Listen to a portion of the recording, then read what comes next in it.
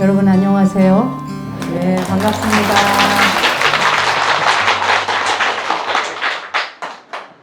그 사람이 살아가는 일생을 생각해 보면 여름에는 비가 너무 많이 와서 그렇죠? 비 때문에 곤란을 겪고 겨울에는 또 폭설이 내려서 곤란을 겪고 계절마다 보면 이 말은 뭐냐면 우리가 발 디디고 서 있는 현장이 한시도 안전하지 않다는 거예요. 예, 여러분들이 살고 있는 집이 현재 안전한 것 같아도 여러분이 도로를 지금 차를 타고 다니는 곳이 안전한 것 같아도 비 피해가 내게 닥쳐오지 않았으니 이것은 안전하구나 라고 생각하겠지만 사실은 우리 생명체들이 발 디디고 있는 현장 자체가 언제나 위태위태한 곳에 서 있다고 하는 걸 잊어서는 안 돼요. 그걸 잊지 않고 살 수 있을 때 우리의 삶 자체가 허둥거리지 않아질 수 있는 거예요. 그런 걸 인식하지 않고 생각하지 않고 그냥 살다 보면은 허둥허둥 하든지 뭐 나한테는 닥쳐온 일 아니니까 뭐 심지어 6.25가 났을 적에 어디에서는 6.25가 났는지도 몰랐다 그러잖아요. 서울에서 그 가까운 거리에 있는 이천이라고 하는 지역에서 이천에서 산수유 나무가 고목으로 크는 지역이 있어요. 한 600년 된 이런 산수유 고목나무가. 그러면 가을이면 빨간 열매 매달리지 또 봄에는 노란 꽃이 펴요. 생강꽃처럼 그렇죠? 그러면은 그것들이 그냥 꽃이 피고 이러는 마을에 쑥 들어가 있어서 6.25 전쟁이 났는데 전쟁 났는 줄도 모르고 살았대요. 예. 이 나라가 쑥대밭이 될 때 어디에선가는 전쟁이 났는 줄도 모르고 살았는 곳이 있다는 거예요. 그러니까 같은 하늘 땅 아래서 이렇기도 저렇기도 해요. 그렇죠? 예. 항상 안전하라는 법도 없고 항상 위험하라는 법도 없어요. 그렇죠? 언제나 우리에게는 위험과 안전이 동시에 올 수 있는 거예요. 지금 내원정사 와서 보니 오늘부터 시작해서 이제 그 우람분절 백중절 49일의 기도 기간에 오늘이 첫날이다. 그래서 오늘 첫 그 영가제를 모셨다라고 해요. 우람분절이라고 하는 말은 요즘은 뭐 인터넷이나 또 다양한 방송들 다 들으면 내용이 나오니까 긴 이야기는 다 생략하겠어요. 아주 간단 명료하게 압축만 해보자면 우란분절이라고 하는 말은 올람바나라고 하는 말은 거꾸로 매달린 자, 거꾸로 두 발이 묶여서 매달려 있는 것과 같은 고통을 받는 상태를 울람바나. 예, 그래서 그 올람바나라고 하는 거꾸로 매달려 있는 듯하게 고통스럽고 힘든 것으로부터 풀어주는 때를 백중절이라 그래요. 그거로부터 벗어나는 때, 벗어나는 날, 헤어나는 날, 그것으로부터 온전히 해탈해서 벗어나는 날. 그 벗어나면 어떨까요? 거꾸로 매달려 있는 고통을 받다 벗어나면 보살님 어떨 것 같아요? 편안해지고 해방감이 오고 행복감이 오겠네요. 그렇죠? 그런데 이게 임시로 잠깐 고통을 풀어주었다가 다시 올 고통이 있는데 금방 다시 올지도 모르는데 그 순간 풀어졌다고 풀린 줄로 착각하면 돼요, 안 돼요? 아니겠죠. 그거는 우리가 영원한 안락이라 말하지 않아요. 그렇죠?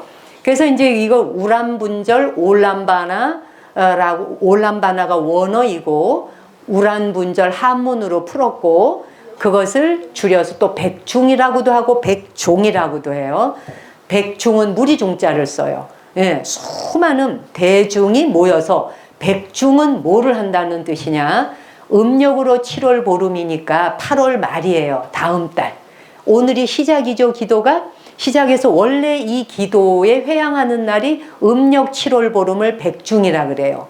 백종이라고 하고 그날을 위해서 49일간 내원정사에서 기도를 하시겠다는 뜻이에요. 그러니 인근 지역에 계시는 분들은 여기 와서 같이 기도하시면 되겠네요.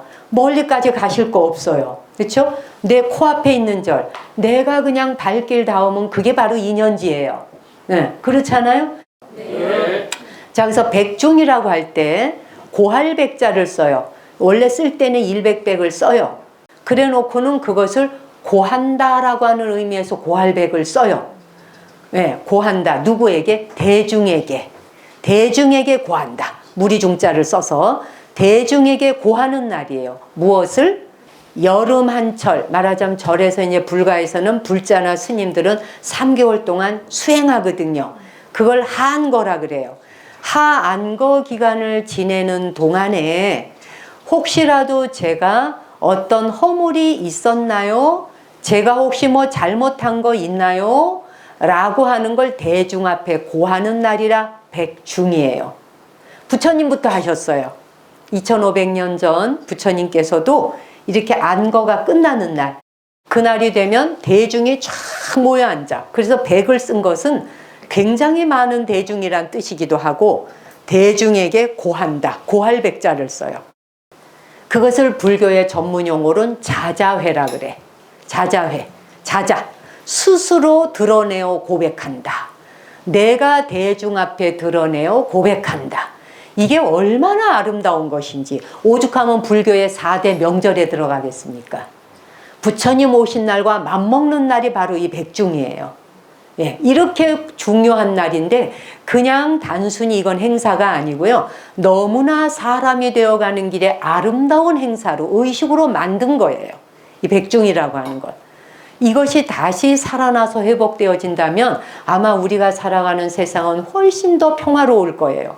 이 자자법회라고 하는 백중절에 이 의미가 살아난다면, 그리고 그것에 따라 살아간다면 우리의 삶은 훨씬 더 아름다워질 거예요.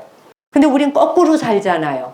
누군가가 나에게 대해서 그거는 그렇게 하는 것보다 이렇게 하는 게 더 나아요 라고 말해주면은 뿔이 나잖아요. 듣기 싫어하잖아요. 그렇죠? 누가 상대가 말해주는 게 듣기 싫잖아요? 부부가 함께 살면서도 한 집안에 살아도 서로 공부 안 하잖아요. 지적해주고 지적받고 고치고 바꿔가야 되는데 고칠 생각 없지, 바꿀 생각 없지, 들을 생각 없지, 넌 너대로 살아, 나는 나대로 살게. 그런데 뭐 때문에 부부가 됐어요? 예를 들자면 그대는 그대의 삶이 있어, 나는 나의 삶이 있어 라고 산다면 뭐 때문에 같이 뭉쳐서 살아야 할까? 우리가 단순히 남자 여자가 뭉쳐서 사는 게 필요해서 결혼했을까? 그건 아니라는 거죠. 배울 게 있는 거예요. 배울 게 있고 접수할 게 있고 수정할 게 있고 교정할 게 있어요. 그래서 인생학교에 입학하신 거예요. 우리 모두는 인생학교에 입학해서 1학년, 2학년, 3학년, 4학년 쭉 학년별로 살잖아요. 7학년, 8학년, 9학년, 10학년까지 살아요. 100세까지 살면. 그렇죠? 10학년까지도 살아야 돼. 지금 여러분들 6학년도 있고 여기 7학년도 있죠? 8학년도 있으시죠? 그렇죠. 자기의 삶에서 학년이 높아갈수록 내 인생에 무엇을 많이 내가 배웠고 뭘 많이 버렸나? 어떤 것을 내가 많이 배웠는가 하는 것을 인식할 수 있는 때를 말하자면 불교에서는 백중절이라고 하는 이런 행사를 통해 다시 점검하게 하는 날이에요. 이날은 체크하는 날이에요. 내가 걸어온 길의 뒤안길을 돌아보고 점검하는 거예요. 잘 살아왔나? 제대로 걸어왔나? 그리고 제대로 걷고 있나? 내가 사람답게 살고 있나? 내가 너무 내 고집대로 살아온 거 아니야? 그리고 너무 내 방식 주장하고 살아온 거 아니야? 돌아보다 보면 사람이 멋있어지죠. 사람이 멋있다는 건 인물 잘생겼다고 멋있다고 생각하시면 안 돼요. 인물 잘생겼네, 늘씬하네, 겉모양으로 보니까 태가 좋네, 이거는요 0.1%에 해당하지 않는 멋있음이에요. 진정으로 그 사람의 멋있음은 그 사람의 정신세계와 마음 안에 얼만큼 자기가 고집을 버리고 비워내고 새로움을 담아서 확대되어 넓어졌느냐. 그쵸? 당연히 그래야 되겠죠. 그 말은 내 고집대로 산다라고 하는 것은 내가 알고 있는 세계만이 전체 세계라고 생각하는 거예요. 근데 그 생각의 바깥에 다른 세계가 있다는 걸 인정할 때 비로소 공부가 시작되는 거거든요. 이게 나라고 생각했어. 근데 그 나라고 생각했는 세계에서 한 걸음 나가니까 다른 세계가 있네. 여러 우주들이 있네. 우리 인간에 대한 우주만 있는 게 아니라 각각의 동물은 동물의 또 우주가 있네. 기어다니는 벌레는 벌레의 우주가 있네. 그들은 그들의 삶대로 살아가요. 그래서 바퀴벌레는 시궁창을 돌아다니면서 거기서 뭘 뜯어먹을 걸 다니는 것이 바퀴벌레의 삶이에요. 개구리는 무릉댕이에서 첨벙 하면서 무릉댕이에 사는 개구리는 바다에 가서 못 살아요. 바다나 드넓은 호수에 가면 빠져 죽죠? 그러니까 뭐예요? 비가 온 뒤에 무릉댕이 생긴 그 웅댕이에서 살아가는 게 개구리의 삶이에요. 그렇잖아요? 그 다음에 벌레들이 뭐 기어가다가 사람 지나가는 인기척이나 구석으로 쏙 숨어들잖아요. 저 구멍으로 숨어 들어갈 수 있는 거는 벌레만이 할 수 있어요. 여러분이 저 구멍으로 들어갈 수 있어요? 못 들어가요. 저 구멍으로 기어 들어갈 수 있는 벌레는 그의 삶이 있다는 거예요. 거미는 거미줄을 치면서 뭘 잡아먹어야 되니까 아침부터 부지런히 나선형으로 거미줄을 만들어요. 이 말은 각각의 생태의 모든 삶은 자기의 삶의 스타일이 있다는 거예요. 이것이 내가 알고 있는 세계 바깥에서 일어나고 있다고 하는 걸 인정할 때 비로소 내 고집이 버려진다는 얘기예요. 아, 이렇게 다른 생명체들이 다 각각의 삶을 자기대로 살아가는구나. 그렇잖아요? 네. 그러니 뭐 빈대 한 마리라도 지네 한 마리라도 구석으로 기어 들어가서 살아야 지가 편한 거예요. 그리고 뭐 뱀이 있다. 뱀도 바위 구멍이 뚫려 있는 속으로 들어가야 시원한 거예요. 태양이 내리 쪼이는 곳에 나와서 이렇게 하고 있어봐요. 죽지요? 다 죽어요. 그러니까 지가 구석에 들어가 사는 게 지 삶이에요. 모든 생명은 각자 모든 생명체가 자기대로 살아갈 수 있는 그 모습 그대로가 그의 삶이라는 거예요. 이거를 인정하고 배우고 받아갈 때 우리의 배움의 길이, 우리의 배움의 역량이 얼마나 커지겠어요, 여러분. 그렇죠? 3개월 여름 동안 이 비가 내리는 우기철에 수행하는 동안에, 정진하는 동안에, 기도하러 왔는 동안에 혹시 저의 허물을 보신 게 있다면 제 허물을 지적해 주십시오.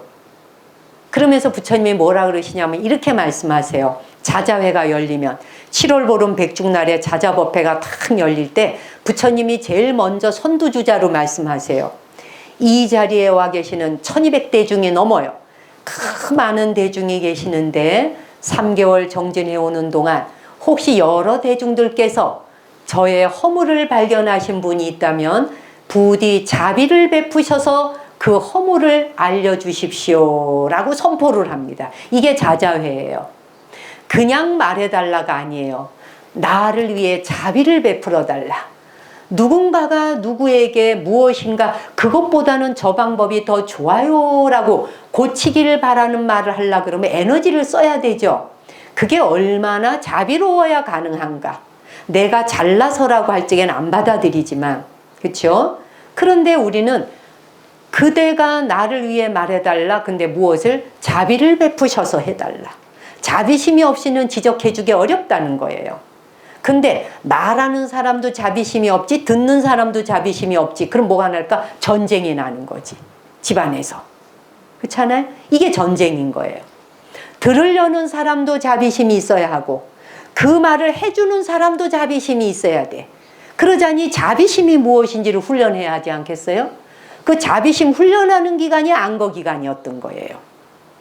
동안거, 하안거라고 하잖아요. 그렇죠? 그 다음에 이제 백종이라고 돼. 100백자에 가지종자를 써. 100가지 종류의 수많은 과실들을 공양 올린다.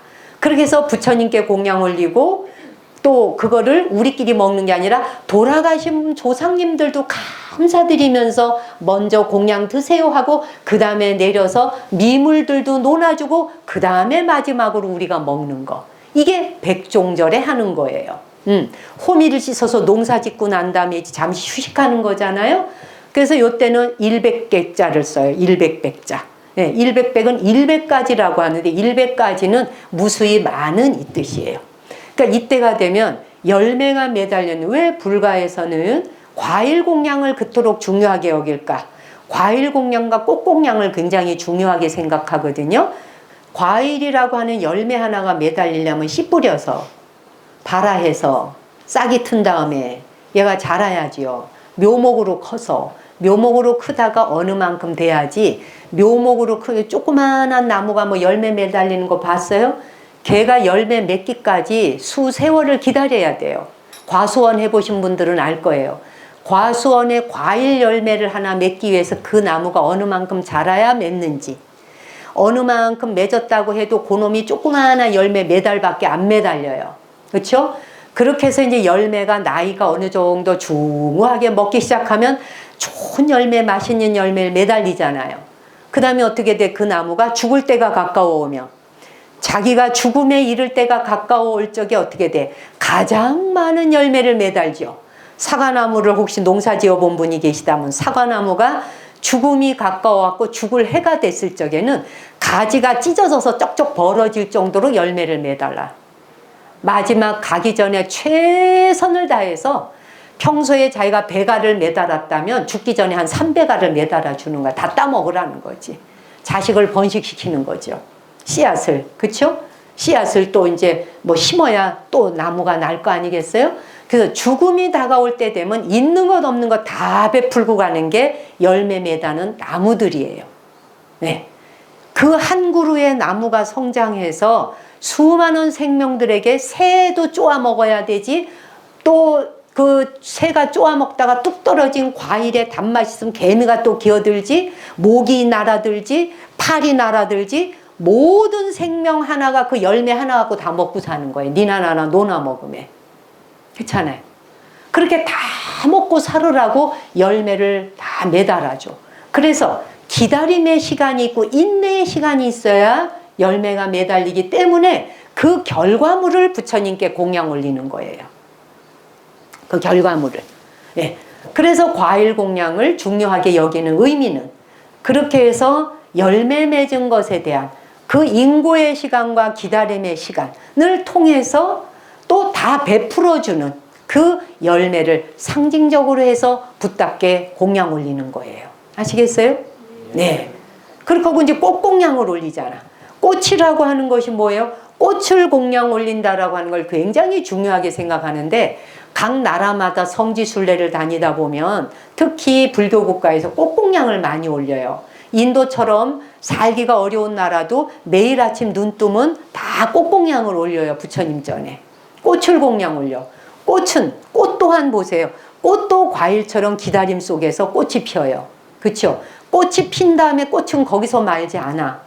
과일은 다 배불리 먹으라고 나누어 주는데 꽃은 어떻게 하나요? 피어서 향기를 전해주잖아요. 사방만방의 향기를 전해서 스스로의 삶을 다 회양하는 거예요.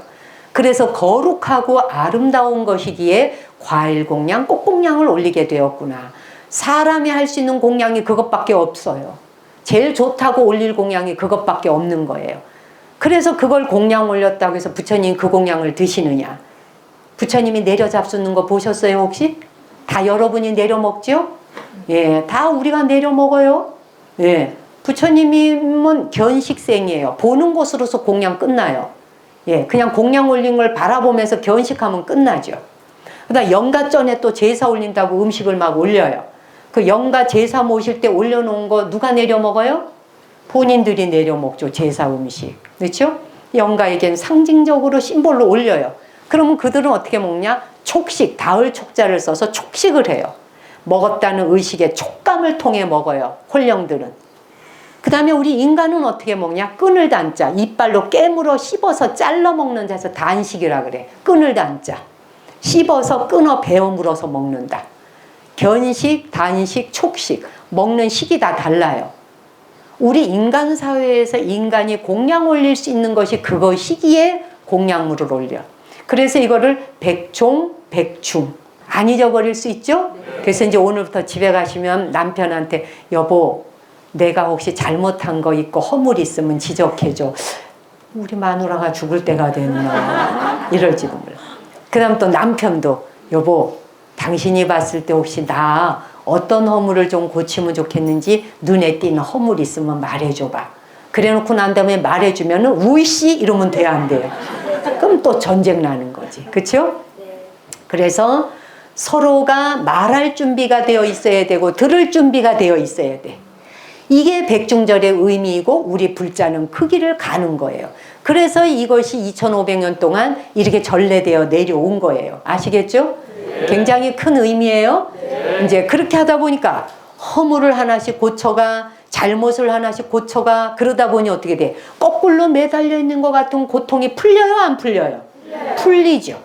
예, 두 발이 묶여서 나무 위에 거꾸로 매달린 것 같이 피가 거꾸로 솟구치는 것 같이, 우리 피가 거꾸로 솟구치듯이 화날 때 있잖아요. 지금 그걸 상징하는 거예요. 그것으로부터 풀어주는 날이 무엇이다? 백중백종 우람분절. 내가 살아온 날에 내가 제대로 살고 있나? 제대로 가고 있나? 내가 너무 아집에 매여 있지 않나? 고집불통 아닌가? 내가 너무 정말 나 스스로에 그 집착하는 것 때문에 괴롭힘을 당하고 있지 않나? 이런 등등을 전부 점검하는 날이다 하고 생각하시면 돼요. 아시겠죠? 자, 이 백중절은 누구를 위해서 이 의식을 치르느냐 라고 하면 세 가지가 다 들어가. 생자, 살아있는 사람을 위해서도, 살아있는 사람을 위해서 스스로의 삶을 점검하는 때. 아시겠죠? 그래서 생자, 살아있는 자, 살아있는 자를 위해서도 기도하고 정성 들인 거예요. 그 다음에 망자, 돌아가신 분까지 나 혼자만 잘 되기를 바라는 게 아니라 돌아가신 분들조차도 만약에 그분들이 어떤 세계에 집착하느라고 매여있고 해탈하지 못하셨다면 부디 그분들로 하여금 고통으로부터 벗어나셔서 스스로 고통으로부터 벗어나는 순간 생사를 뛰어넘을 거 아니에요. 생사 뛰어넘는 법을 일러주기 위해서 망자를 위해서 연불을 들려드리는 거예요. 그 연불이 전부 법문이거든요. 다 가르침이거든요. 그렇죠? 돌아가신 망자에게 연불을 할 때 스님이 2차 진령 신소청, 그냥 듣고 잊어버리셔도 돼. 2차 진령 신소청, 명도 귀계 보문지, 원승 삼보력까지 금일금시 내부회라고 하는 연불청을 먼저 하고 개성을 읊고 연불 들어가요. 딱 영가 이름 불러놓고 나서 2차 진령 신소청, 2차 진령 신소청 하면서 요령을 막 흔들어. 목탁 있고 요령이 있잖아요. 2차 진령 신소청. 지금 이 요령 소리를 흔드는데 요령 소리, 이 쇠 소리 들으시고, 예, 명도 귀계 보문지, 명도 세계에 살고 계시는, 명도라고 하는 건 돌아가신 분들, 명도 세계에 살고 계시는 그분들 모두 널리 들으시고, 보문지, 이제 넓게 들으셔라. 이 종소리 넓게 들으시고 소리 울리는 거 들으셨죠? 라고 하면서 명도기계 보문지, 명도기계 보문지 원성삼보력까지 원컨대 삼보의 힘을 붙들고 이 자리에 오시라. 언제? 금일금시 내부에 오늘 이 시간 이때 이 자리에 오세요 라고 연불을 하는 거예요. 그러니까 뭐냐 하면은 제사가 시작되자마자 바로 초청장 날아가는 거예요. 이게 초대장입니다. 초대장으로부터 연불이 시작돼요. 여러분이 연불을 잘 못 알아들으시다 보면 어렵다, 졸립다, 모른다 이러실 수 있어. 당연히 그걸 해석을 안 해놨기 때문에 우리 책임도 있죠. 의미가 그렇다는 거예요. 그래서 여러분들이 이제 뭐 제사한다고 뭐 이름 쭉 올리시잖아요. 그러면 주소 부르지, 아무개네 집에 장남 아무개, 차남 아무개, 딸 아무개, 사위 며느리, 손주 아무개, 아무개가 이 집안의 어머니, 아버지, 할머니, 할아버지 여기 오셔요. 오늘 좋은 법문 들으세요. 라고 청하는 거예요. 초청하는 거예요. 초청장이 먼저 날아가요. 요즘은 결혼식 하거나 뭐 해도 초청장 다 모바일로 저 카톡으로 다 모바일해서 보내잖아요. 여기도 모바일로 다 보내는 거예요. 요즘 영상으로 다 보내거든. 띄워서. 그렇죠? 모바일로 딱 보내면 그 집안의 영가 해당하는 분이 알아서 쪼르륵 여기 오시는 거예요. 그래서 내원정사 주소를 일러드리거든. 예, 그럼 이 지구촌 안에 미국이란 땅이 아니라 대한민국, 거기서도 경기도에서도 양평과 용문면으로 오셔야 된다. 딴 데 가다가 어디 빠지시면 안 된다. 뭐 그 지금 팔당호 문 열었다고 멋있다고 거기 서서 막 사진 찍고 이러시면 안 된다. 이리 즉시 오셔라. 그래서 금일 금시 내부에, 금일에, 금시에, 이 시간에 내 부회 이 자리에 오십시오라고 하는 초대장이 먼저 날아가는 거예요. 이렇게 하면서 제사를 지내. 망자를 위해서, 살아있는 사람 위해서, 돌아가신 분을 위해서. 그래서 생자와 망자 양쪽을 다 위해서 모든 허물과 잘못을 싸그리 다 제로 상태로 만드는 날이 우람분절이다. 멋있죠? 기가 막힌 날이죠? 거기서 끝나지 않아요. 그러면서 또 수륙제를 지냈어요. 옛날에는 수륙제. 수륙은 뭐예요? 수륙양용 들어보셨죠? 네, 그 군인들, 이게 무태서 이 육지에서 막 가는 탱크도 있고 탱크가 육지에서 가다가 물속으로도 막 가잖아. 그 수륙양용이라고 그러잖아요. 그와 같이 물에서 사는 생명체, 육지에서 사는 생명체, 수륙 양쪽에 다 살고 있는 생명체들을 위해서도 그런데 거기에서 사는 자들 중에 무엇이다? 고혼, 외로운 영혼들. 아무도 챙겨줄 자가 없어. 부를 자도 없고 밥 한 술 떠놓을 자도 없고 법문 들으러 오시라고 해서 절 한 자리 해줄 사람도 없는 자를 수륙제를 통해서 고혼망자들을 제도한 거예요. 위로한 거예요. 그래서 수륙제 자체는 모든 살아있는 생명들 중에서도 고혼, 외로울 고자거든. 외롭고 고독한 영혼들에게 조차도 법문 들려드릴 테니 오세요라고 해서 제를 모셨던 거예요. 이게 우리가 고려시대, 조선시대 계속 내려온 거예요. 오랫동안. 예. 이 민중에 이게 쭉 퍼졌던 거죠. 이런 아름다운 이제 의식들이 다 이제 사라지고 없어지다 보니까 의미도 모두 없어졌지만 이제 그래도 옛 이렇게 노보살님들 연세 드신 분들에 의해서 그나마 이게 명맥이 이어져 오고 있는데 절에를 꼭 안 오신다 해도 상관없어요. 삶 속에서 그리 하시란 얘기예요. 생활 속에서. 우리 왜 차 타고 달려가다가 보면은 막 고라니, 고양이 이런 애들이 도로변에서 막 깔려 죽기도 하고 이러잖아요. 이게 전부 다 외로운 영혼들이 돼버린 거예요. 네. 우리가 좀 살아보겠다고 편리하게 만들어 놓은 도로에서 이쪽에서 저쪽으로 애미 찾아가다가 그냥 빠른 속도로 못 가는 바람에 그냥 치여 죽기도 하고 이러잖아요. 그럴 때 그런 영혼들을 달랠 수 있어야 된다는 거예요. 길 가다가 그런 영혼이 하나가 죽어 있을 적에 이 강아지 하나, 고양이 하나, 고라니 한 마리가 죽어 있어도 슬쩍 보고 아무렇지도 않은 듯이 강심장처럼 가는 게 아니라 멈출 수 없는 고속도로일 때는 나무아미탑을 3번 연불이라도 해주라는 거예요. 이게 불교 법식이에요. 나무아미탑을, 나무아미탑을, 나무아미탑을. 고통에서 벗어나지이다. 나무아미탑을 연불공덕으로라도 그를 위로하라는 거예요. 그러면은 그 영혼이 고마워할까 안 고마워할까요? 고마워하겠죠. 예. 그 존재가 몸을 벗어났어도 고마워할 거 아니겠어요? 그렇게 하다 보면 나 스스로도 고통받고 괴로울 적에 2발로 묶여있던 것으로부터 벗어나게 되는 거. 그쵸? 벗어나질 것이다.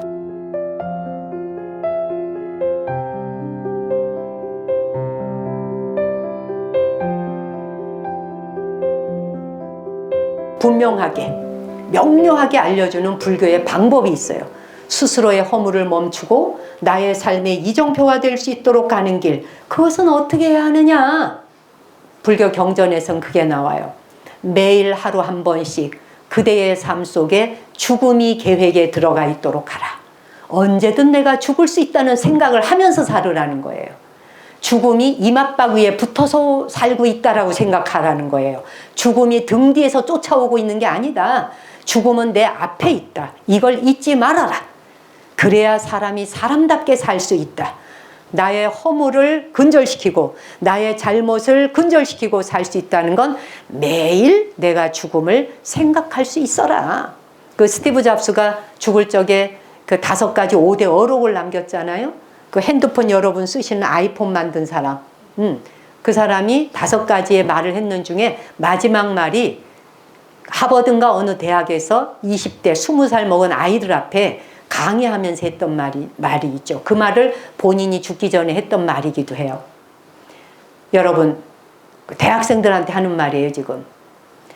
여러분의 삶 속에 죽음이 매일 하루에 매일 살아가는 하루에 죽음이 계획에 들어가 있게 하세요.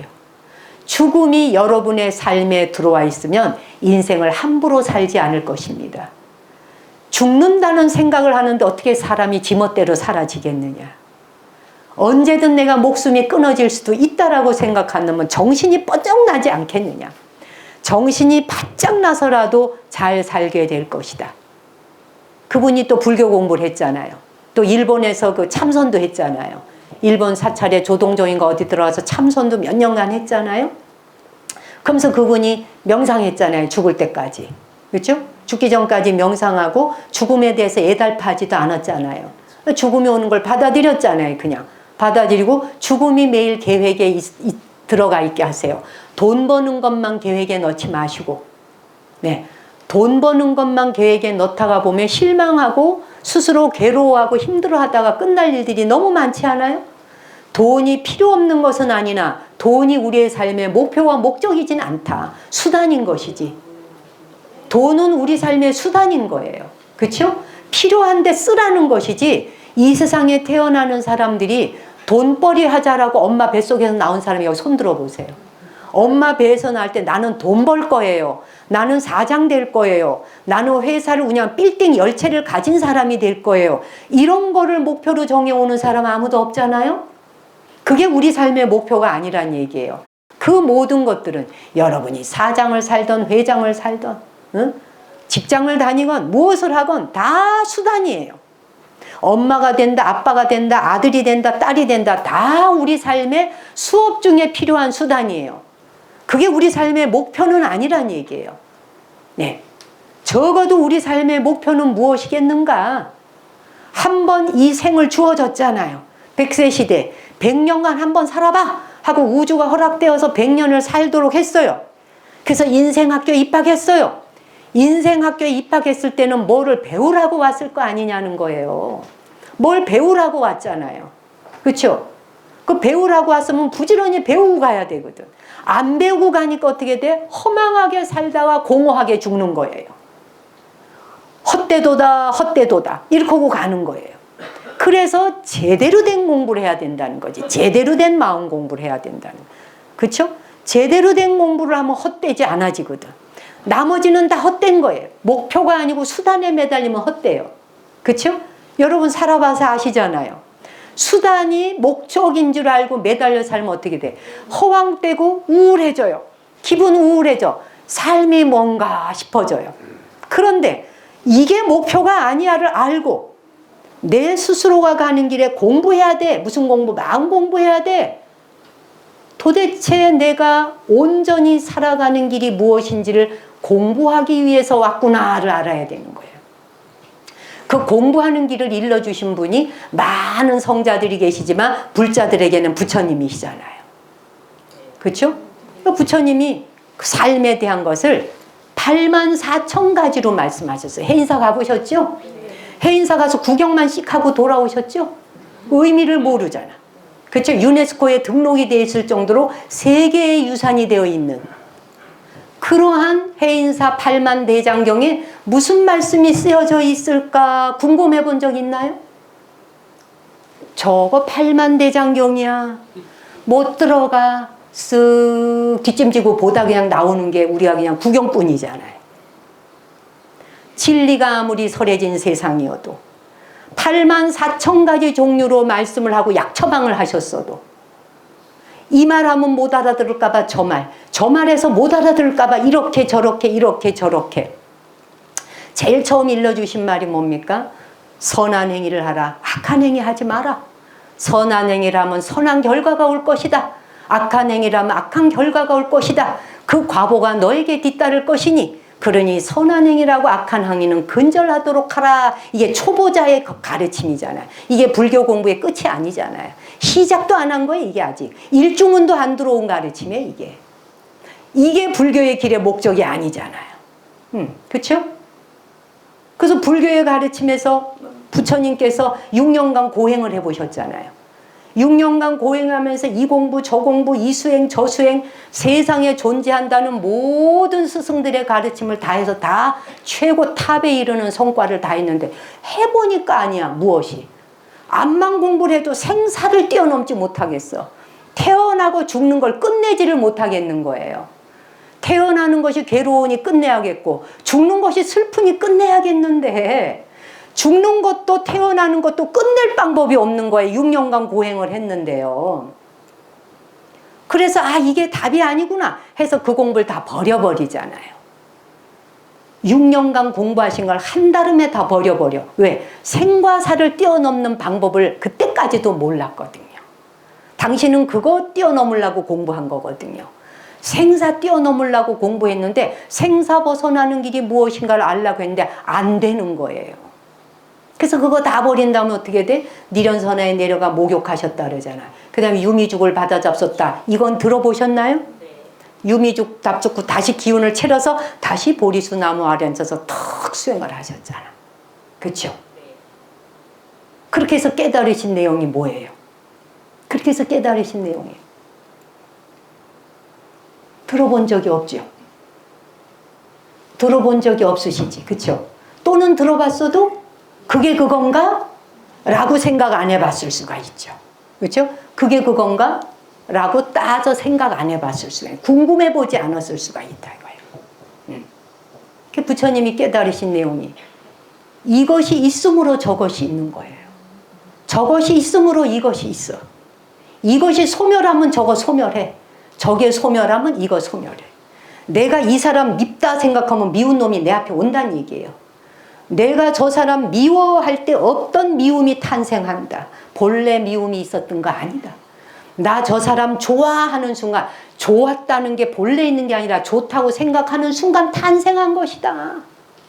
그런데 내가 밉다는 거 놓아버리면 미운 세계 사라져. 사랑한다가 내가 그 사랑한다는 세계를 놓아버리면 사랑하는 세계도 사라져. 이것과 저것이 다 사라진 자리. 그렇죠? 그럼 여러분이 그러겠죠. 아니 살다 보면 미워도 하고 사랑도 하고 그래야 사라지는 거 아니에요? 그렇게 해서 계속 살면 어떻게 돼? 인생학도 계속 와야지 뭐. 또 오고 또 오고 또 오고 반복해야지. 다른 모습으로. 이 모습으로 두 번은 안 올 것이니까. 두 번 올 수 있는 기회는 없지. 한 번으로 끝나요. 그렇죠? 이것이 있어서 저게 있다는 거예요. 내가 그렇다라고 생각할 때 그게 탄생한다고 하는 사실을 알으라는 거죠. 왜 우리 살면서 그러잖아요. 당신 때문에, 너 때문에, 네가 그랬기 때문에 내가 이렇게 됐잖아. 네가 그러니까 내가 힘들잖아. 너 때문에 내가 고통받잖아. 이게 전부 뭐예요? 그거 공부해봤는데 아니더라는 거죠. 아니더라는 거죠. 내가 그 생각을 턱 끊어버리는 순간 이러는 대상 저러는 대상이 없더라는 거죠.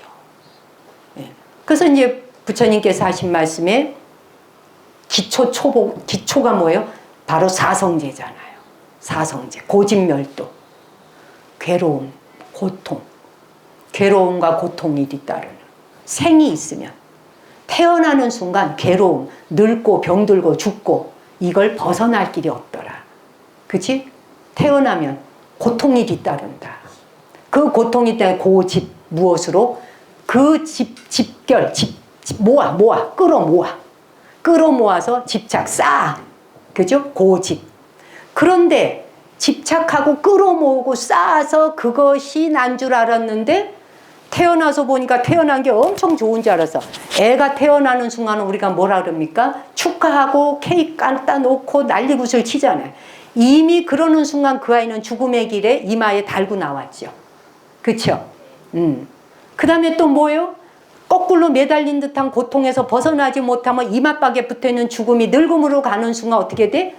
다시 또 태어날 것을 기약해야 돼. 이게 좋겠느냐는 얘기지. 그쵸?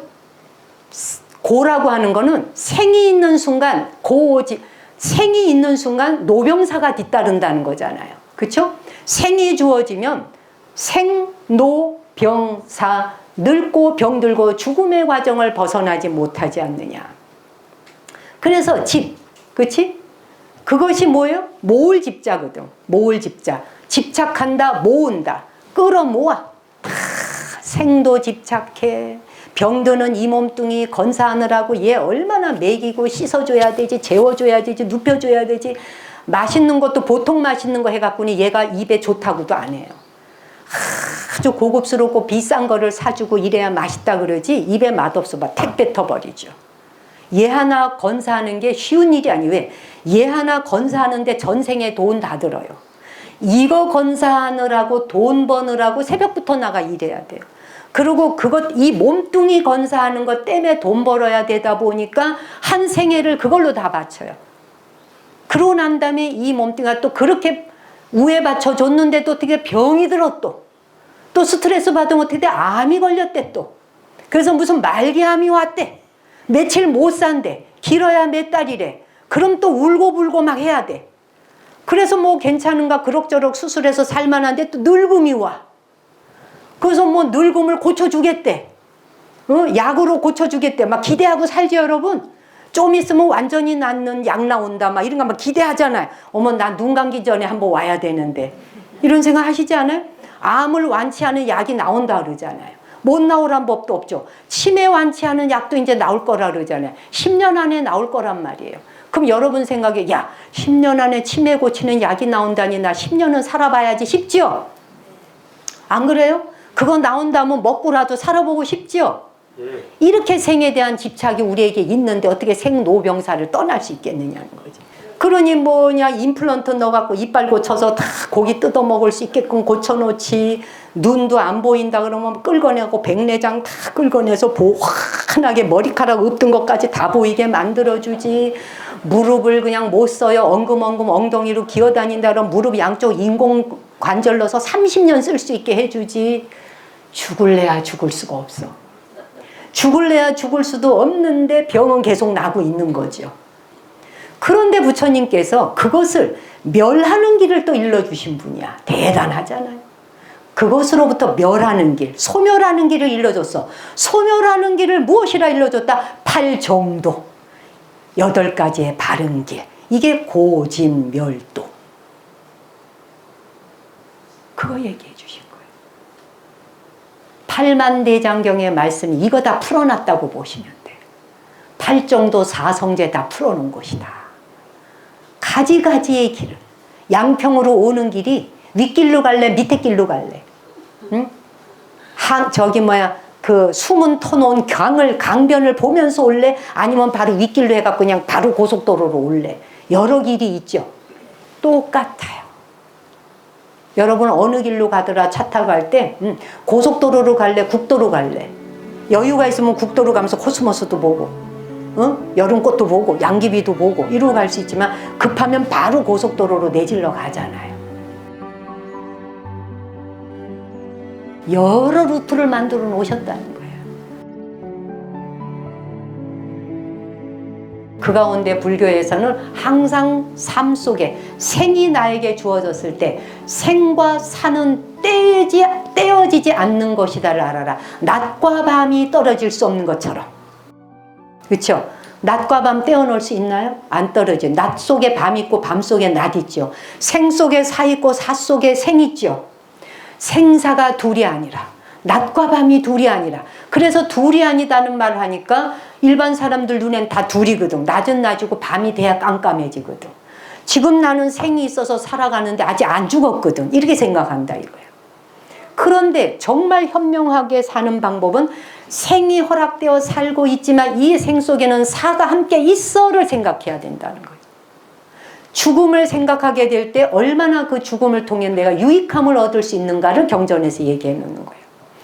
평소의 삶 속에 숨 들이쉬고 숨 내쉬는데 들이쉰 숨 안 나가면 죽는 거죠. 내쉰 숨 안 들어와도 죽는 거죠. 호흡지간에 숨 한번 들이쉬고 있어봐. 최대로 숨을 참을 수 있는 게 몇 분을 참을 수 있을까요?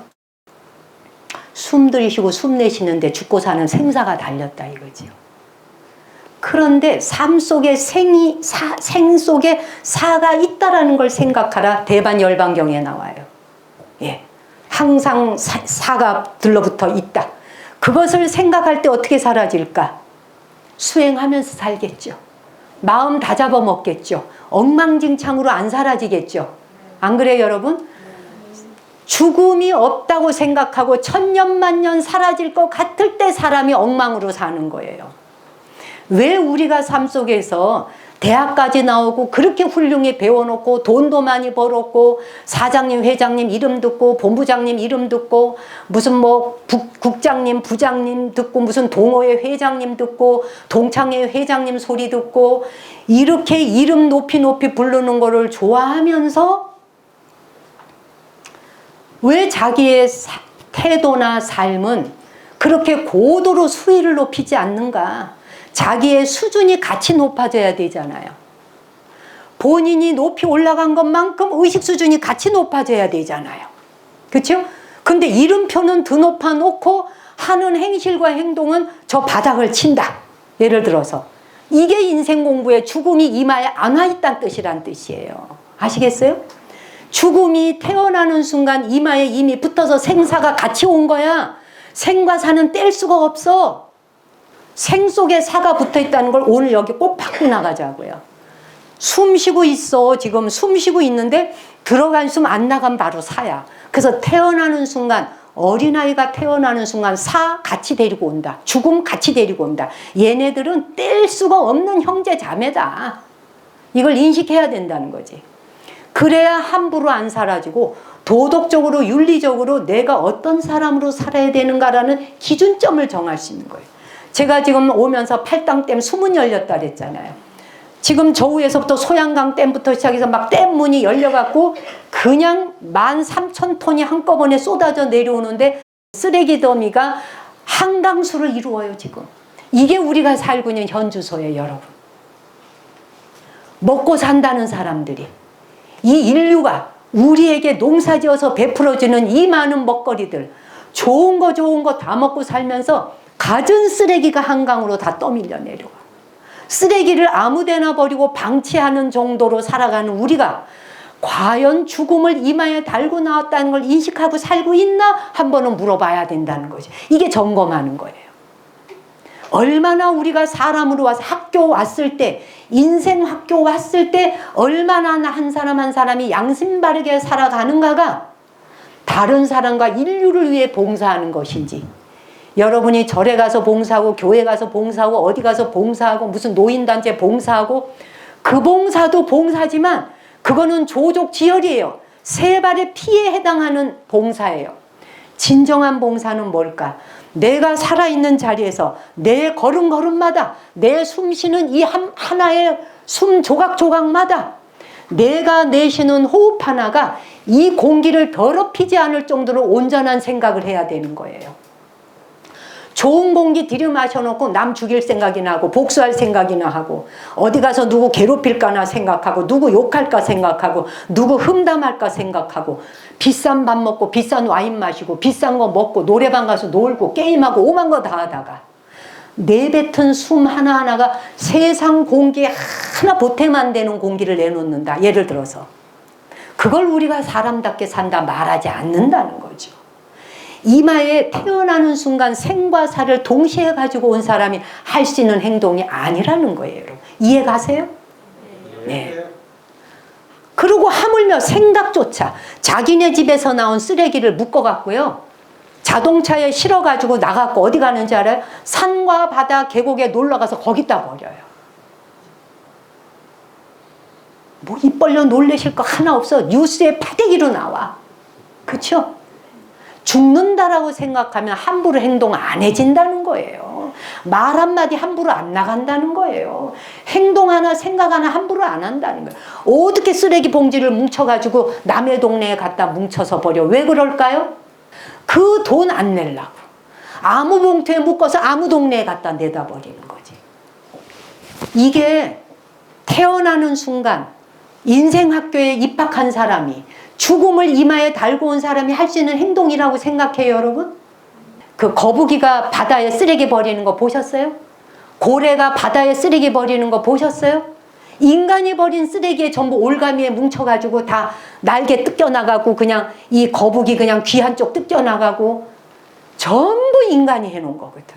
이게 과연 생 속의 살을 생각하는 사람의 행동일까를 물어보고 점검하는 것이 뭐다? 백종이다. 백중이다. 우란분절이다. 사람이 사람답게 살고 있나 한번 돌아봐야 된다는 거지. 점검해야 된다는 거지. 티벳에서는 제가 예전에 방송으로 말한 적 있지만 티벳 불교에서는 사람이 이제 살다가 죽잖아요. 특히 수행을 많이 하신 스님, 대덕 고승들, 깨달음을 얻으신 대덕 고승께서 돌아가신 뒤에 아시겠지만 티벳은 산소가 부족한 나라잖아요. 그러니까 이 말은 뭐예요? 죽은 뒤에 장례 문화가 어때야 된다는 이야기예요? 땅에 묻어봐야 산화가 빨리 안 된다는 얘기죠. 그렇죠? 그 다음에 또 공기 중에 산소가 부족하니까 못 태운다는 얘기죠. 그렇죠? 그러니까 화장 안 되지, 매장 안 되지. 그래서 어떻게 돼? 티벳에서는 독수리한테 먹이를 주지. 독수리의 위장에 들어가서 산화되는 것으로, 분해되는 것으로서 자기 삶을 다 돌려주고 해양하죠. 우리가 이런 거 잘 모르고 무지할 때, 자기밖에 모르고 자기 문화밖에 모를 때는 뭐라 그런지 알아. 아유 혐오스러워 이래요. 남의 나라가 얼마나 그 장래 문화가 지혜롭고 현명하게 만들어졌는지를 모르니까. 그래서 사람이 죽으면 산에 가는 순간 어떻게 돼? 옛날에 우리나라 그 백정이라 그랬잖아요. 왜? 근데 거기는 백정 계급은 아닌데 낮은 계급이라고는 하지만 사람이 딱 올라오면 딱 어떻게 돼? 회를 치듯이, 회 뜨듯이 쫙 사람 몸을 발려내잖아. 기가 막히게. 여러분 횟집에 가서 회 먹으면서 자기 회 뜬다 그러면 막 이래지잖아. 뭐가 다른데? 물고기나 여러분이 집에서 키우던 소나 돼지 살 좀 뜯는다고 칼 들어간 거나 이 몸뚱이 그렇게 얻어먹고 다 잡아먹고 삼겹살 먹고 갈비탕 먹고 뭐라 그래, 갈비 잡숫고 찜으로 먹고 뭘로 먹고 맛있다 남의 살 좀 다 먹어놨는데 그렇게 해서 살찌운 이 몸뚱이 죽을 때 주는 게 뭐가 아깝다고. 이거 주는 거는 무슨 막 그 오칠했는 관 속에 넣잖아. 빨리 썩지도 말라고. 오칠했는 비싼 관에 넣어갖고 다 화장을 하거나 매장을 하면은 또 빨리 썩지 말라 해놨는데 화장해가지고는 어떻게 또 그냥 막 도자기도 비싼 도자기. 여러분 그거 집어넣어놔 봐야 얼마 안 있으면 구더기 생겨요. 우리 뼈가루라. 안 그래요? 이거 그냥 상관없이 흩어버리는 게 그렇게 우리가 안 되는가, 이 의식이. 고진멸도의 집착. 이거부터, 그게 잘못됐다는 얘기가 아니에요.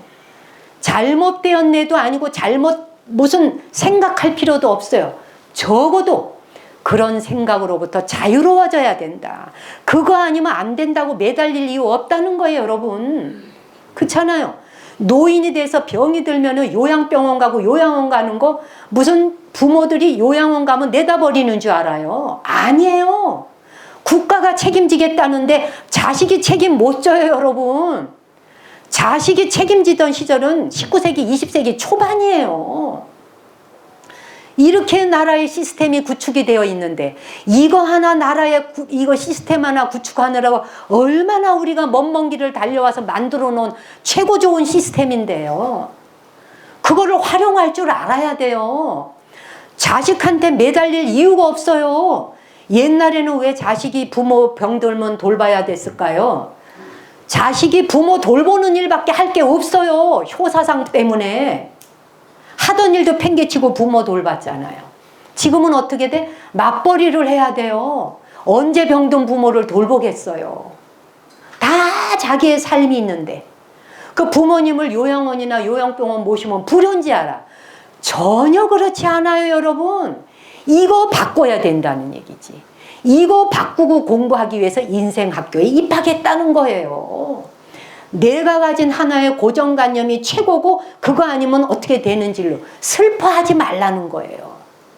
내가 병들면 더 이상 어찌할 수 없으면 얘들아 나 요양원 갈게. 나 요양원 갖다 놔 그냥. 내가 알아서 살다가 내 생 마무리할게. 이래야 된다는 거예요. 뭐 때문에 자식한테 매달려서 내가 네 똥어 좀 가려주고 네 기저귀 바꿔주는 사람이야 내가. 그러니까 네가 내 기저귀를 바꿔줘야지. 이렇게 하는 게 옳아요, 여러분? 좋아요? 아니에요. 제발 부디 아니에요. 아주 이 방송을 통해 보시는 분들에게 제가 호소하고 고합니다. 자식한테 자기 맡길라 생각하지 마세요. 이미 내가 병들었는데 병든 게 건사할 수 있을 땐 괜찮은데 누군가의 돌봄을 필요로 할 적에는 돌볼 수 있는 시스템으로 가셔야 되는 거예요. 그게 자식 호를 자유롭게, 그게 본인 자신 자유롭게, 이게 사람답게 사는 거예요. 그 요즘 부모님들이 그런다잖아. 차 태워서 여행 갑시다 그러고 차 태워서 바닷가 가면 아유 고만 가 얼른 집에 가 이런 데잖아. 버릴까 봐. 바닷가에 버리고 올까 봐. 아야 됐다 그만 여기 봤으니 콧바람 쐬시네 얼른 집에 가자 얼른 집에 가자 이런데. 그렇게 가서 내다 버리는 거 자식들 절대 안 되는 거고 부모님을 차 태워가다 산에 버리고 못 찾아오도록 막 영어 이름 막 써있는 데다 내려놓고 그거는 못 쓰는 거고요. 그건 안 되는 거고 사람다워야 되는 거란 얘기지. 자. 자식도 그런 행동하면 안 되는 것이고 부모 또한 자식에게 끝까지 의지하겠다고 생각하면 안 된다는. 그러려면 어떻게 돼? 생사에 대한 생각이 바뀌어야 되는 겁니다. 죽음에 대한 개념이 바꿔버리면 죽음이라는 게 두렵고 무서운 게 아니구나 하는 걸 알아지거든요. 때가 되면 가면 되지라고 생각하면 되는 거예요. 어쨌든 그래서 수행자들이 이제 딱 공부 많이 한 스님들의 경우는 어떻게 하느냐 하면은 이제 몸을 다 뜨잖아, 살을. 다 떠서 그러면 독수리 떼가 쫙 날아오잖아, 하늘에. 독수리 떼가 날아와가지고 딱 이렇게 줄을 딱 튕겨 놓거든요. 그죠? 딱 높은 줄을 딱 튕겨놔. 그러면 그 줄 튕겨 놓은 줄에 맞춰서 앉아. 줄 안 넘어와. 다큐 보셨나요, 혹시? 다큐 보신 적 있을까? 줄을 안 넘어. 훈련이 되고. 그래서 티벳 하늘에 날아다니는 독수리들은 이미 DNA에 저장이 돼 있어. 줄 맞춰 앉아라. 네. 함부로 날아다니면 안 된다. 그래서 시신 하나가 딱 올라오면 쫙 알아. 그래 이제 쫙 살을 발라서 먹이로 놓아주지. 그죠? 예. 그러고 난 다음에 큰 스님들, 고승대덕들의 두개골은 두 개를 쪼개요. 여기 갈라지게 돼 있잖아. 딱 쪼개갖고 금칠을 해가지고 깨끗하게 해서 부처님 앞에 공양기로 써요. 공양기로 쓰고 그 다음에 종아리뼈 이런 것들은 구멍을 뚫어서 피리를 불어. 염불 하거나 할 때 팍 피리를 불면은 티벳의 그 히말라야 산맥에서 쫙 종아리뼈 피리를 불어대면 그냥 산천을 쫙 넘어가면서 그냥 아름다운 소리가 울려 퍼지지. 예? 이게 혐오스러워요, 여러분? 안데스 산맥 지역 사람은 사랑하는 여인을 위해서 남자가 그 자기 종아리 저 죽은 사람의 뼈를 갖고 피리를 만들어 불면서 그 사랑하는 여인의 그 자기 그 마음을 잊지 않고 기억하잖아요. 음악을 부르면서 종아리 뼈로 자 피리. 난 누가 내 종아리 뼈 빼가지고 피리 불어주면 좋겠어. 진짜로 불수만 있으면. 소리가 안 나올 것 같아. 골다공증 걸리면 안 돼. 골다공증 걸리면 피리 못 불어요. 구멍이 이미 숭숭 뚫려 있어. 지 맘대로 뚫려 있잖아. 그렇죠, 여러분? 그 다음에 그 정도가 아니에요. 고승 스님들은 또 발려내고 난 다음에 손가락 마디 뼈, 이 뼈 마디들을 다 잘라가 구슬알처럼 잘라서 염주를 만들어. 그래서 그 염주를 돌리면서 광명진은 오만이 반명. 광명진은 오마무카 가이로차나 마무두라마니 바들마주 바라 브라바를 다야훔 또는 오만이 반명 오만이 반명 오만이 반명 오만이 반명. 왜 손가락 뼈를 가지고 염주를 만들고 왜 종아리 뼈로 피리를 만들고 왜 두개골로 갖고 공양기로 올릴까? 무상을 말하는 거예요. 무상. 유한한 물질이잖아. 이 유상성에 대한 것에 집착할 거 없다는 거예요. 뭐 그렇게 애지중지 매달려서 불면 날아갈세라 아프면 어쩔세라 조금 아프면 아이고 데이고 아이고 데이고 막 죽는 줄 알면 필요 없다는 거지. 아프면 아픈갑다. 아픈 게 오셨구나. 아픔이 오셨구나. 어떡할 거야? 약 먹고 쉬어주고 그리고 마음 편안하게 평정심을 가지고 이러다 보면 또 저절로 낫는 거잖아요. 좀 아파도 참기도 하고. 네. 이런 공부하자고 불교 공부하는 거예요. 여하간 그렇게 내가 항시 죽음을 평상시에 생각할 것 같으면 내가 평소에 생각했던 그 죽음에 대한 것이 나의 삶을 유익하게 해준다. 욕심 안 내게 만들고 과욕 부리지 않게 만들고 슬퍼하거나 괴로워하지 않고 집착하지 않게 만들고 필요 없는 욕망에 시달리지 않게 한다. 그러면 어떻게 되느냐? 누군가를 원망하고 탓하는 게 없어져 버려요. 탓을 하거나 원망하는 게 왜 하게 될까요? 네가 나한테 그렇게 안 해줬잖아 라고 하는 것 때문에 탓이 오는 거거든요.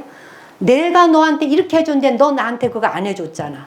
왜 나한테 안 해줘? 왜 나한테 안 해줘? 난 너한테 다 해줬잖아. 왜 나 혼자 일방적으로 줘야 됩니까? 주면 안 되나? 그러면서 관세음보살을 왜 찾아? 관세음보살님이 일방적으로 주는 분인데 그분 이름을 그렇게 불러댔으면 그분을 닮아야 되잖아. 안 그래요, 여러분? 관세음보살님도 피곤해요, 여러분. 대한민국 전체에서 불러대. 관세음보살, 관세음보살, 천지에서 불러요, 관세음보살을. 그런데 관세음보살님이 안 가든가요? 부르는 사람마다 음성 듣고 가시잖아. 다 놔둔다 했잖아요. 가시는데 어딜 가? 지 마음이 편안해지면 관세음이 온 거지요. 안 그래요? 관세음을 부르다 보니 용서가 돼. 그럼 관세음이 이미 도착하신 거잖아요. 안 그렇습니까? 예. 점들어 올 때까지 불러 그냥. 그리고 욕을 해 그냥. 욕을 하면서 관세음 보살 올 때까지. 내가 그 놈을 어떻게 해야 되는데 관세음 보살. 내가 집에 가기만 해봐라. 그게 또 안 해놨을 거야. 관세음 보살. 이것 따로 이러니까 이게 관세음이 안 오시죠. 안 그래요 여러분? 오실 수가 없어요. 길목을 막고 있는데. 제 말 맞아요 안 해요? 맞아요. 그래서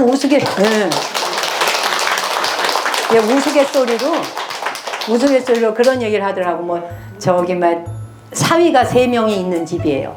그 사위가 3명이 있는 집인데 이제 장모가 큰 사위를 데리고 이제 이렇게 강가로 유람 나가자고 둘이 이제 막 드라이브를 나간 거예요.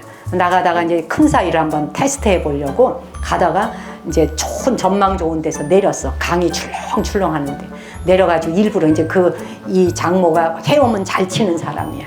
그러는데 이제 막 출렁출렁하는 강물에 갑자기 발 미끄러진 듯 하면서 툭 쓰러져 갖고 물에 빠져요. 빠지니까 그냥 큰 사위가 놀래갖고 가갖고 건져 나왔어. 그래서 이제 장모를 건져 갖고 왔더니 그 다음날 아침에 이 사위가 있는 집 앞에 아파트에 에쿠스 차가 탁 와 있는 거예요. 네. 그러고 이제 둘째 사위를 또 한참 있다 데리고 나갔어요. 데리고 나서 둘째 사위하고도 이제 같은 길을 이렇게 가면서 또 이렇게 물에 탁 빠져봤어요. 그때 둘째 사위도 역시 와갖고 막 허우적거리면서 막 헤엄을 치면서 와가지고서 건졌어요. 역시 똑같이 둘째 사위한테도 에쿠스도 무슨 시리즈가 많다며. 그러니까 하여튼 뭐를 사줘서 이제 집 앞에 턱 있는 거예요. 이제 셋째 사위를 데리고 나갔어요. 셋째 사위를 또 데리고 나와서 같은 방식을 했어요. 그 딱 미끄러졌는데 셋째 사위는 안 건지고 지 혼자 갈 길을 가버렸어요. 갔는데 그 다음날 BMW가 집 앞에 또 와 있어요. 그러고서 쪽지가 써 있어요. 너의 장인으로부터. 뭔 말인지 아셨어요? 마누라 안 건져 갖고 와서 고맙다고 장인 어른이 BMW를 사서 그 집 앞에 또 갖다 놨다. 이게 우스갯소리 같지만 우리가 그러고 사는 집안이 워낙 많으니까 이런 유머도 생기지 않았겠어요? 이게 유머로 둔갑하지 않았겠어요? 그렇죠? 그리고 이제 사람이 이제 3명이 죽었는데 저승을 가는 거야. 저승사자를 따라가는데 이제 저승사자가 물었어요. 너는 이제 네가 관 속에 탁 들어있을 때 살아있는 사람들이 너한테 어떤 말을 해준다면 가장 네가 듣고 싶은 행복한 말이겠느냐. 이제 저승을 가면서 하는 말이에요. 그랬더니 그 중에 이제 한 사람이 망자가 의사였거든. 그랬더니 그 사람이 그래. 이 사람은 살아생전에 정말 훌륭한 의사였고 그리고 세상을 구원할 정도로 뛰어난 그런 의사였다. 라고 하는 말을 나는 듣고 싶다. 그랬더니 이제 두 번째 사람 망자가 그 사람한테 당신은 어떤 말을 듣고 싶냐. 그랬더니 그 사람은 교수였어요. 그랬더니 나는 아주 친절하고 따뜻한 남편이었고 그리고 학생들의 의식을 확 바꿔주는 훌륭한 선생님이었노라. 교사였다. 이런 말을 듣고 싶다. 이렇게 얘기했어요. 그랬더니 이제 세 번째 망자가 그대는 어떤 말을 들으면 좋겠느냐 관 속에서. 그랬더니 저 사람 살아났네? 이 말 듣고 싶다고 그래요. 네. 이 사람 살아났어? 라고 하는 말. 그 말에는 여러 가지가 함축되어 있겠지만 다시 한번 살아본다면 이라는 말이 있겠죠. 자기에게 다시 한번 생이 허락된다면 살아보고 싶은 또 한 번의 인생에 내가 어떻게 살아보겠다 후회도 있을 거 아니겠어요. 내게 생이 한 번 다시 주어진다면 이런 마음이 거기 있을 거예요. 아까 장모가 물에 빠졌는데 안 건지고 그냥 와서 BMW 장인으로부터 받는 이런 사람이 아니라 그러니까 죽어도 상관없는 사람인 걸로 된 유머 아니에요. 그런데 그런 사람이 아니라 저 사람 살아났어 라고 반겨하는 목소리를 듣는 거. 살만한 가치가 있었던 사람이기에 죽는 것이 너무 아까워. 이 사람 다시 살아났네 라고 살아있는 사람들이 살아 돌아오기를 희망해주는. 이게 유머로 들려요? 예를 들면.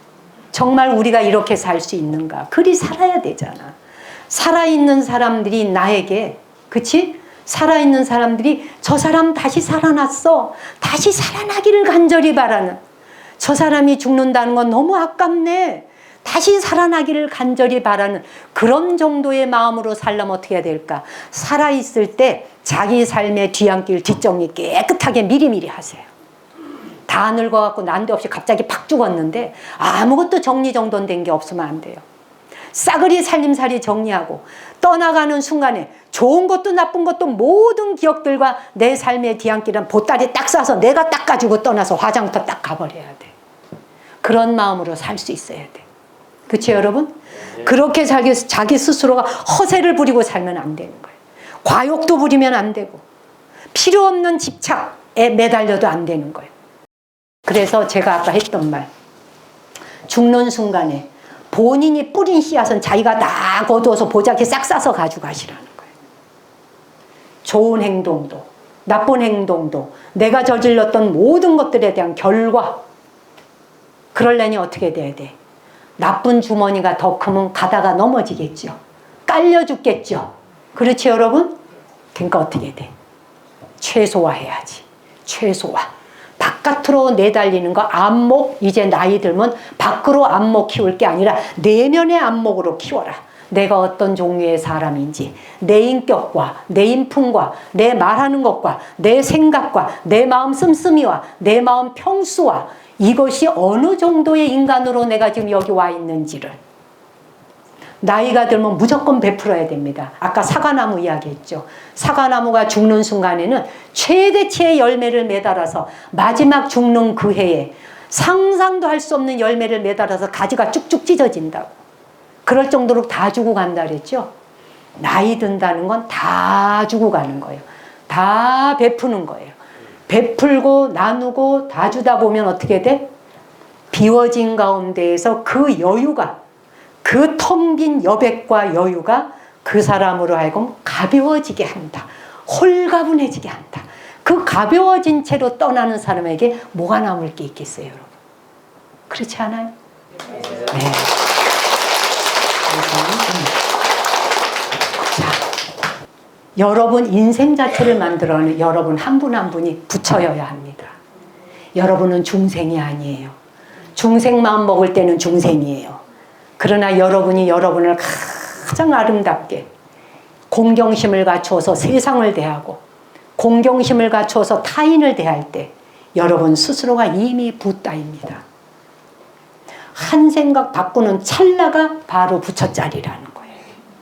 우리는 모두 불자들은 이 세상에 와서 우리는 우리 스스로를 부처라고 하는 것을 까먹은 것을 기억하고 자각하기 위해서 수행정진해 가는 거예요. 그것밖에 없어요. only one, 그거 하나예요. 부처임을 스스로 인식하고 깨닫는 것. 그렇죠? 네. 오늘 공부 너무 많이 하셨죠? 네. 우람분들. 여러분 정말 여러분의 삶을 가장 아름답게 디자인하는 분이 되어서 멋지게 잘 살다가 저나 여러분이나 한생 멋지게 살다가 마감합시다. 네. 고맙습니다.